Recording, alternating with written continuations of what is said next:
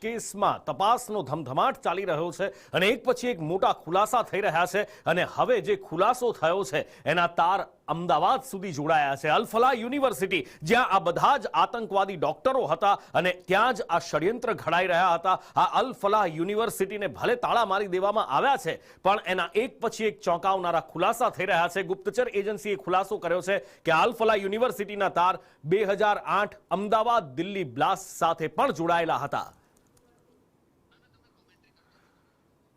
Mirza Shadab bag Ahmedabad અને ગોરખપુર બ્લાસ્ટનો આરોપી છે, જે અલ ફલાહ યુનિવર્સિટીમાં એન્જિનિયરિંગનો વિદ્યાર્થી હતો।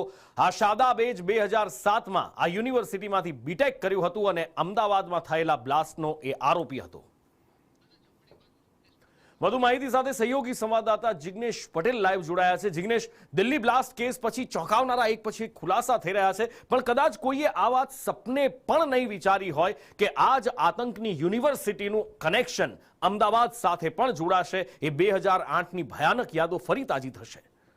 જે પ્રમાણે આઈબીએ જે ખુલાસો કર્યો છે તે ખૂબ ચોંકાવનારો છે, કારણ કે અલ ફલાહ યુનિવર્સિટીનું ભલે પહેલી વખત દિલ્હી બ્લાસ્ટ કેસ હોય કે પછી તેના ડોક્ટરો દ્વારા જે 2900 કિલો એમોનિયમ નાઇટ્રેટ એકઠું કરી અને મોટા બ્લાસ્ટની સંડોવણીમાં તે યુનિવર્સિટીનું નામ ચર્ચામાં આવ્યું, પરંતુ વર્ષ 2008માં થયેલા સિરિયલ બ્લાસ્ટ કે જે રાજસ્થાન સાથે અમદાવાદ અને તેની સાથે દિલ્હી ઘણી બધી જગ્યાઓ પર થયા હતા, તેમાં જે બે બ્લાસ્ટ મહત્વના હતા, જેમાં દિલ્હી અને અમદાવાદમાં જે બ્લાસ્ટ થયા હતા તેનો કનેક્શન પણ આ જ અલ ફલાહ યુનિવર્સિટી સાથે આવી રહ્યો છે, કારણ કે તે બ્લાસ્ટનો માસ્ટર માઇન્ડ એવા જે મિર્ઝા શાદાબ બેગ કે તે વર્ષ 2007માં આ જ યુનિવર્સિટી સાથે જોડાયેલો હતો અને ત્યાંથી તેને બીટેકનો અભ્યાસ કર્યો હોવાનું પણ સામે આવ્યું છે। અલ ફલાહ એન્જિનિયરિંગનો જે વિદ્યાર્થી હતો તે અત્યારે હાલ શાદાબ છે તે ફરાર છે અને અફઘાનિસ્તાનમાં છુપાયો હોવાની માહિતી પણ સામે આવી રહી છે। સાથે જ તેને ઇન્સ્ટ્રુમેન્ટ એન્જિનિયરિંગનો અભ્યાસ કર્યો હતો અને તેના જ કારણે તેને બોમ્બ બનાવવામાં માસ્ટરી હતી અને તેણે જે એસેમ્બલ કરેલા બોમ્બ હતા તે અલગ અલગ જગ્યાએ અલગ અલગ વાહનોમાં મૂકવામાં આવ્યા। કેટલીક જગ્યાએ ટિફિન બ્લાસ્ટ થયા, કેટલીક જગ્યાએ ટાઈમર સેટ કરી